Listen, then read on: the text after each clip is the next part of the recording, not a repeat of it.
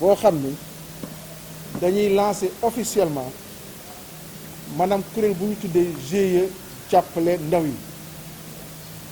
moo ciy profité di remercier toute la presse bi nga xam ni maanaam teew na fexe ba lii ñuy def tey ñu mën ko jotali àdduna bi yëpp di wax nag dañoo nekk ci période boo xam ni mu nekk période bu am jafe-jafe te feebar bu lëmbale àdduna bi nekk fi muy Covid 19 moo tax ñu jéem a toog nii tey jéem a respecter aussi les barrières sol nañu si ay masques xaw nañu respecter un petit peu la distance sociale ñëpp xam nañ ni mbas mi fu mu toll nii maanaam ci wàllum l'économie laal na dëkk yëpp àdduna bi la amul benn dëkk boo xam ni bàyyi ko ginnaaw laal na entreprise yi laal na liggéey yi laal na lépp lu nga xam ni maanaam lu indi koom-koom ci dëkk yi la donc loolu mu nekk loo xam ni dafa metti ci économie yi mais Sénégal gis nañu le président Macky Sall jël na ci ay ndogal yoo xam ne ndogal yu am solo pour fexe non seulement pour xeex mbas mi waaye pour fexe yenn entreprise yi ñu am koom-koom boo xam daañu ci mën a liggéey gis nañu ci maanaam ba mu créé lu ñuy wax force Covid 19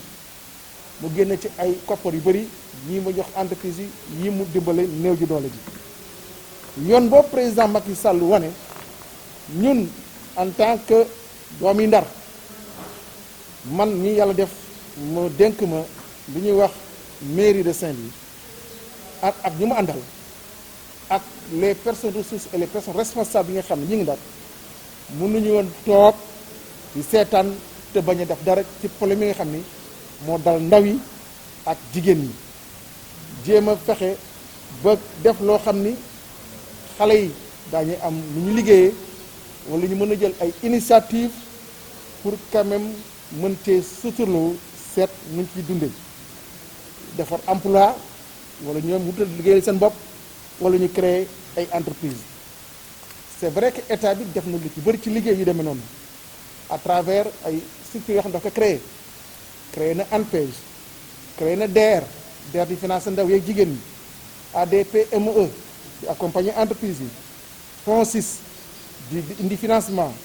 FONGIP aussi di jàppale yenn entreprise yi banque yoo xam ni aussi nit ñi mën nañ fa dem mu defal leen ay facilité yu la BNDE créer maanaam ay structures yi nga xam ni dañuy defal formation des jeunes gën a accompagner lu mel ne 3FPT wala ONFP di former famille di former ndaw yi ak yeneen kuréel yi nga xam ne état bi daf ko créer gis nañu aussi président créé na temps yi passé lu mu tuddee le conseil national pour l'insertion et l'emploi des jeunes lépp pour ndaw yi pour que ndaw yi maanaam mën a état mën leen taxaw waaye gis nañu loolu yëpp ñu def ko état def na ko waaye malheureusement gis nañu ndaw yu bëri temps yi passé ak at yee passé ñii daal jël di gaal di dem ci géej ñii di ci faatu ñii di ci ñàkk seen bakkan ñii di yegg te yegg boo xam ni il n'est pas dit que seen avenir dañ koy assurer donc loolu mu nekk lu metti loo xam ni maanaam sentir nañ ko mais aussi gis nañ ni xëy na peut-être mbas mi gën na yokk mbir moomu la donc pour loolu amee ñun dañuy kat mënuñu toog di seetaan croiser suñuy bras te bañ a defar donc il faut que ñu créer lu bees loo xam ni dañuy defar ñu ànd defar waaye aussi ñu ànd jël suñu ay responsabilité ànd ceeg jeunes yi ànd ak def lu ñuy wax la co-responsabilisation mbiru ndaw yi la dañ ni dama ko mën a waxee dañuy ku si nekk ñun loo am ci koppar dañ ciy dugal yaa xam ne 10 000 francs la yaa xam ne 20 000 francs la ku ci nekk ci ñun c'est ouvert à tout le monde képp koo xam ni yaakaar na ni loolu mën naa dox dañuy ubbil compte GIE bi pour que ñu mën cee dugal koppar ñu dugalee koppar peut-être waxuma ko ci toog mais daañu ko ubbi ba fii lekk le 31 janvier le 31 janvier mooy la période de souscription 10 000 francs au minimum multiple 10 000 francs tout le monde boobu danañ mën a permettre ñu dajale koppar yu bëri suñu objectif c'est d'atteindre d'ici le 31 janvier la somme de 100 millions de francs CFA qui sera donc le capital de la structure du GIE bu ñu defee loolu ba pare léegi nag ñu fexe koppar boobu bu ñu ko jëlee ñu dem waxtaan nag kuréel yi fi nekk moo xam ne DER la moo xam ne BND la moo xam mbépp kuréel boo xam ne da ngay jàppale ndaw yi ñu seet ban genre partenariat lu ñu mën a am ak yow pour que ñu mën a multiplier 100 millions yooyu yóbbu ko ba 500 millions wala mën yóbbu ko ba 1 milliard de francs CFA. loolu bu ñu demee ba am ko dana nekk loo xam ni à partir de ce moment ndaw yi indi maanaam ay projet wala créer entreprise ñu xool nu ñu leen di financer rappeler que ni kuréel boobu jeunes yi ñoo ko moom jeunes yi ñooy nekk dans les organes de gouvernance peut-être ñu leen di encadrer dañu nekk dans les organes de contrôle et de sécurisation mais jeunes yi seen bopp ñoom ñoo amee les organes de gouvernance les organes mu nekk comité de gestion mu nekk comité de crédit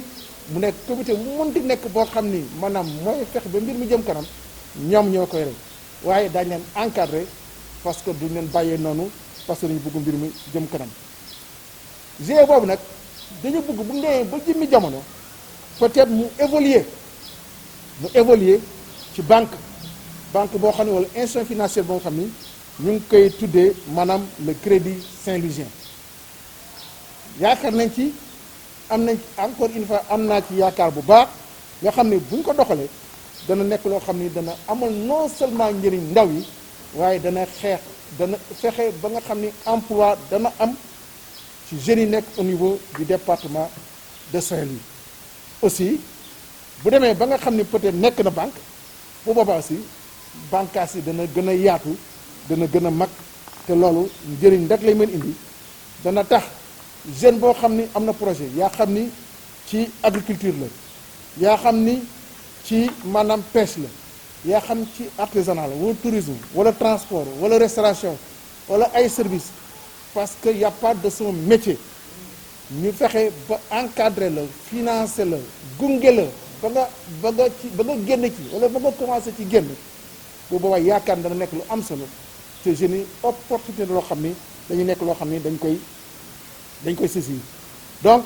di leen continuer wax ni aussi jeunes yi duñu leen seetaan dañuy fexe aussi ba di leen encadrer ci ay formation en leadership formation en entrepreneuriat ba nga xam ni bu ñu nekkee di dérouler seen activités yi wala di jëf seen activités yi duñ ci am jafe-jafe te résultat buñ ci soxla maanaam dañ ko mën a am donc di wax ni mbir mi mbiru jeunes yi la mbiru xale yi la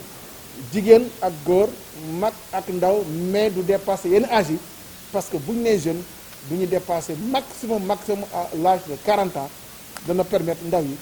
en tout cas ñu mën a am loo benn gis-gis gu bees boo xam dañu ko am ci wàllum liggéey ñëpp xam nañu nag dañu am problématique nationale ci wàllum liggéeyu jeunes yi état bi mi ngi ciy jëf effort yu am solo waaye ñun fii au niveau de la commune de Saint-Louis voire même département de Saint-Louis dañuy indi solution locale en mobilisant tous les acteurs autour de cette question pour ñu mën indi solution ak un espoir à l'endroit des jeunes donc loolu laa waxoon di wax ni en tout cas nañu engagé wu ñun ñëpp pour que ndaw yi mën a liggéey wala liggéeyal wala nekk ay entrepreneur pour que koom-koomu dëkk bi jëm kanam